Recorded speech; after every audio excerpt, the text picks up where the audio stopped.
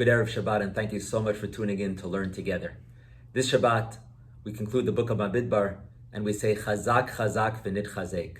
Be strong, and may we be strengthened. And I think it's an understatement to say that we're living at a time of great anxiety and uncertainty. With COVID, racial tension, anti-Semitism, we're deeply concerned about the direction of our country and the world. And so let us say to each other and internalize this message of Chazak, Chazak, v'nit chazek. Be strong, and let us all be strengthened. This expression also reminds me of a moving account in the book Prime Ministers, written by Ambassador Yehuda Avner. He describes in there a number of conversations between Menachem Begin and Sir Herbert Hardwick.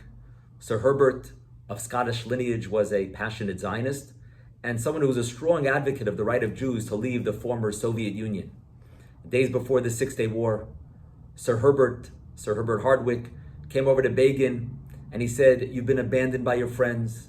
How can your small armies withstand the large Arab armies?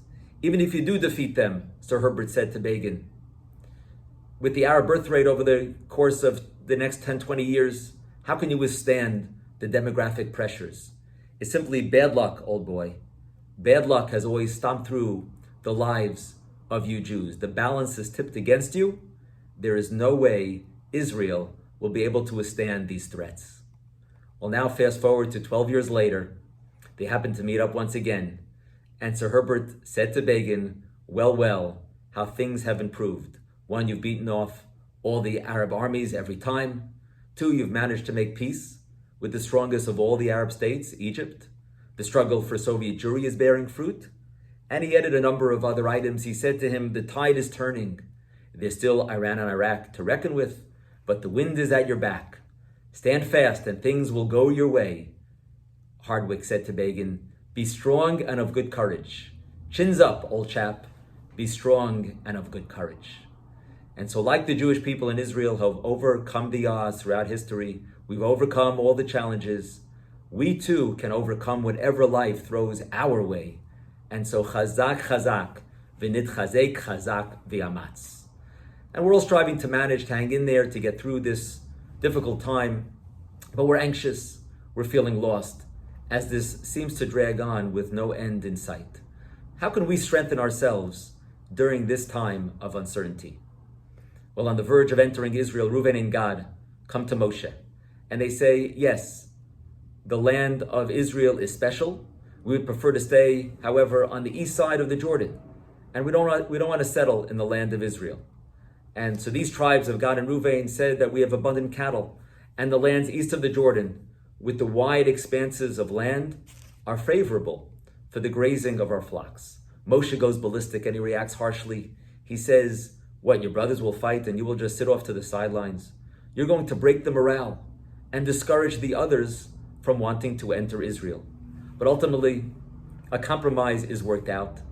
The tribes of Gad and Reuven would be allowed to stay in the diaspora on the condition that the men join the army in conquering Israel. And one could wonder, why did Hashem allow this arrangement? Wasn't this a rejection of the divine promise of Israel? And yet Moshe agrees to it and Hashem validates it. And perhaps firstly, it reflects the reality that the Jewish people will spend so much time throughout history outside of Israel.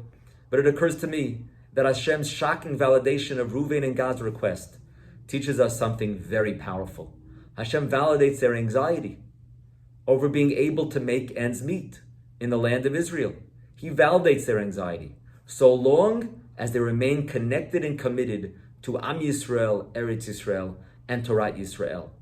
So firstly, Hashem validates their concerns, their pains, their struggles, their anxiety of how they're going to make ends meet. Rabbi Yisrael Hutner, the head of Yeshivat Chaim Berlin a generation ago, received a letter from a student who was despondent over his spiritual failures. He felt bad about himself, the student did, because he wasn't davening, wasn't learning well, wasn't disciplined. And Rav Hutner responded, not only are you normal, but when you're struggling, you're most like the Gedolim, the Torah greats. Shlomo HaMelech's maxim that 7 times does the righteous one fall and get up, Sheva Yipol Tzadik V'Kam, does not mean, said Rav Hutner, that even after falling 7 times, the righteous one manages to get up. What it really means is that it is precisely through the repeated falls that a person with determination and perseverance can truly achieve righteousness. Struggle is difficult, is painful, but it's not to be feared, because that's how a person becomes great. Robert Browning, the English poet, wrote, quote, "When the fight begins within himself, the man is worth something." And so it may be hard, may be painful, the personal and national and global struggles, but when we're engaged in the struggle, whether it be COVID, fighting for Israel, fighting against anti-Semitism, and suddenly I'm a bigger fan of Kareem Abdul-Jabbar. I knew he had an incredible jump hook shot, but now we've discovered that he's a voice of reason against anti-Semitism. And so whatever the struggle might be, as we're engaged in it and working through it, this is the way we become great. This shows that you're a human being, and if you're engaging it and being hopeful and optimistic and keeping your faith and determination, that shows that you're on the path of truth. But how are we able to take this situation and really turn it into something positive? As we grapple with these questions of what's going to be, how am I going to manage, what direction is our country going in, when are we going to be able to emerge from this COVID crisis? And I believe that the way to counter that uncertainty, the way to be chazak v'nit chazek, is by dedicating ourselves with our heart and passion to those things that are stable and rock solid in our lives. Like the tribes of Gad and Ruvain, it's Am Yisrael, Eretz Yisrael, and Torah Yisrael. Even though they had anxiety, Hashem validated it, but he said you have to recommit to those things of stability in our lives. Firstly, become part of something bigger than yourself. Attach yourself to Am Yisrael, to Eretz Yisrael. Invest in the future of the Jewish people. Be an active part of the community, and that will serve as a force of stability. Recommit to being a person of honesty and integrity. Nobody can take that away from you. There's nothing uncertain about it. And you be a person of principles. You abide by those principles, even when difficult, and you will be respected and beloved. Rededicate yourself to family and friends. If you invest in those relationships, even with the physical distance, but you figure out ways to continue investing in those connections, they will be there for you. And if you're committed to family and friends, even with all demands on your time, they will be a source of stability for you to lean on during these tumultuous times of life and hopefully better times in the future. And ultimately, we have to be responsible, be hopeful, be optimistic, and pray to Hashem, and the rest is in the hands of Hashem. If you continue to invest in our steadfast, rock-solid values, I think it will help you, will help all of us, not only endure, but navigate the struggles and transform this experience into a Maaseh Mitzvah. It will be able to be transformed into a meaningful, worthwhile, and valuable experience. I might have shared with you once the story about my friend who bumped into none other than Natan Sharansky in a Jerusalem bakery.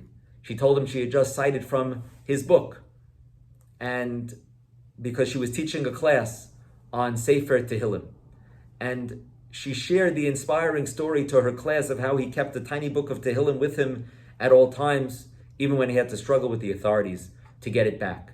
And so she, in this bakery, shared this with Sharansky, that she was teaching her students about this story. And at that point, Sharansky smiled. He reached into his shirt pocket and he pulled out that tiny, palm-sized, tattered book of Tehillim. And stunned, she asked him, "Do you really carry that wherever you go?" And Sharansky said, "No." He didn't even pause, and he replied, "No, actually, the book of Tehillim carries me wherever I go." And so as we finish the book of Bamidbar this week, our parsha enumerates the 42 journeys where Bnei Yisrael traveled through the wilderness. And just like they journeyed through the wilderness, it speaks to our feelings of wandering through our wilderness. And there are 42 different journeys. The rabbis say the 42 is associated with the word bum, v'dibarta bum, that you should say the words of the Shema wherever you go. Bum is the numerical value of 42. And this teaches us that as we journey and wander, like the Jews in the wilderness, we sustain ourselves by being committed to the certainty of Shema, Torah, Am Yisrael, Eretz Yisrael, and Medinat Yisrael. And it's those elements of stability that have carried us in the past. And it's the Shema, it's the Tehillim, it's honesty, it's family, it's community, And it's these elements that have sustained us throughout the centuries. And if we immerse ourselves and recommit ourselves to these elements of certainty, these will sustain us as we get through and even grow through this time. Shabbat Shalom.